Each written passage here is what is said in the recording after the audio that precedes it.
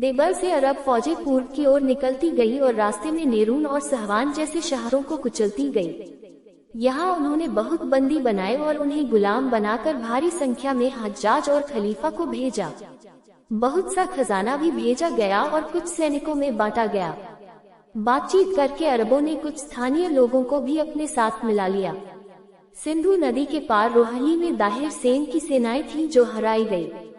दाहिर सेन की मृत्यु हो गई और मोहम्मद बिन कासिम का सिंध पर कब्जा हो गया। दाहिर सेन के सगे संबंधियों को दास बनाकर हज्जाज के पास भेज दिया गया। ब्राह्मणाबाद और मुल्तान पर भी अरबी कब्जा हो गया। यहाँ से मोहम्मद बिन कासिम ने सौराष्ट्र की तरफ दस्ते भेजे, लेकिन राष्ट्रकूटों के साथ संधि हो गई। उसने भी बहुत से भारतीय राजाओं को खत लिखे कि वे इस्लाम अपना लें और आत्मसमर्पण कर दें। उसने कन्नौज की तरफ 10,000 सैनिकों की सेना भेजी, लेकिन कूफा से उसे वापस आने का आदेश आ गया और यह अभियान रोक दिया गया।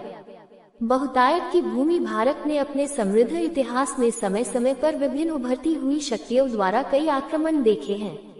इनमें से भारत पर पहले बड़े पैमाने के आक्रमण के लिए सिकंदर महान अलेक्जेंडर द ग्रेट को जिम्मेदार ठहराया गया है।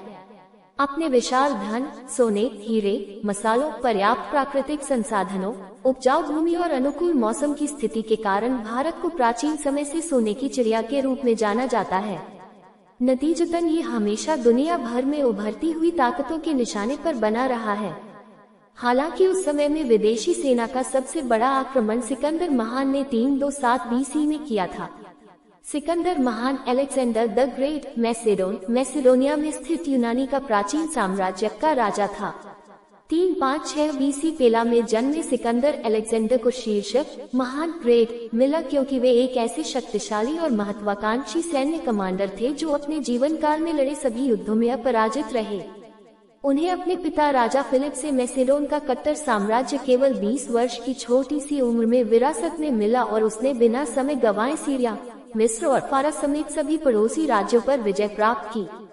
सेंट्रल एशिया, जिसे बैक्ट्रिया के रूप में जाना जाता है, के संपूर्ण क्षेत्र को जीतने के बाद उसने हिंदुकुश के पहाड़ों को पार किया और मास्तागा पहुंचकर इसे भी जीत लिया तथा अलेक्जेंड्रिया शहर की स्थापना की। वहां एक यूनानी सेना की टुकड़ी छोड़ने के तुरंत बाद उसने 326 BC में अपनी मजबूत सेना के साथ भारत पर आक्रमण कर दिया। दरअसल सिंधु नदी पार करने के बाद सिकंदर अलेक्जेंडर समृद्ध शहर तक्षशिला पहुंचा, जिस पर राजा अम्भी शासन कर रहा था। राजा अम्भी ने सिकंदर अलेक्जेंडर के समक्ष आत्मसमर्पण किया और उसे बहुत सारे उपहारों के साथ सम्मानित किया और बदले में उन्होंने सिकंदर अलेक्जेंडर की सेना को समर्थन दिया और इस तरह उन्होंने सभी पड़ोसी शासकों चेनू, अबिसारा और पोरस को धोखा दिया।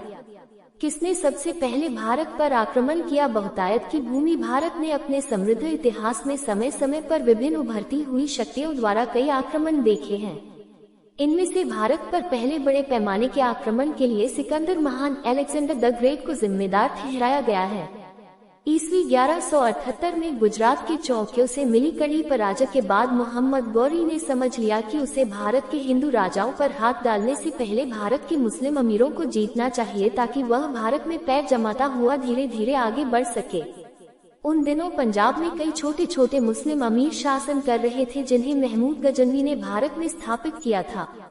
इसलिए मोहम्मद गौरी ने गुजरात को छोड़कर पंजाब के रास्ते भारत में घुसने की योजना बनाई। उस समय पेशावर पर गजनवी वंश का खुसरो मलिक शासन कर रहा था। गौरी ने 1179 में पेशावर पर आक्रमण करके पेशावर पर अधिकार कर लिया। 1181 में गौरी ने पंजाब पर दूसरा आक्रमण किया तथा सियालकोट तक का प्रदेश जीत लिया। 1182 में मोहम्मद गौरी ने भारत के निचले सिंध क्षेत्र पर आक्रमण करके देवल नामक राज्य को जीता तथा वहां के हिंदू शासक को अपनी अधीनता स्वीकार करने पर विवश किया। 1185 में मोहम्मद गौरी ने तीसरा आक्रमण की वजह उस वक्त राजा दाहिर सिंध का राजा था, जिसने अपनी सगी बहन से ही शादी की थी, ने अरब के जहाज को जो को लंका के राजा की तरफ से अरब जा रहा था उसमें तोहफे, लंका के राजा की तरफ से अरब के गवर्नर के लिए महिलाएं, हज करने वाली, बच्चे, बुजुर्ग सभी थे। तकरीबन 500 लोग थे जो अरब जा रहे थे सिंध के रास्ते।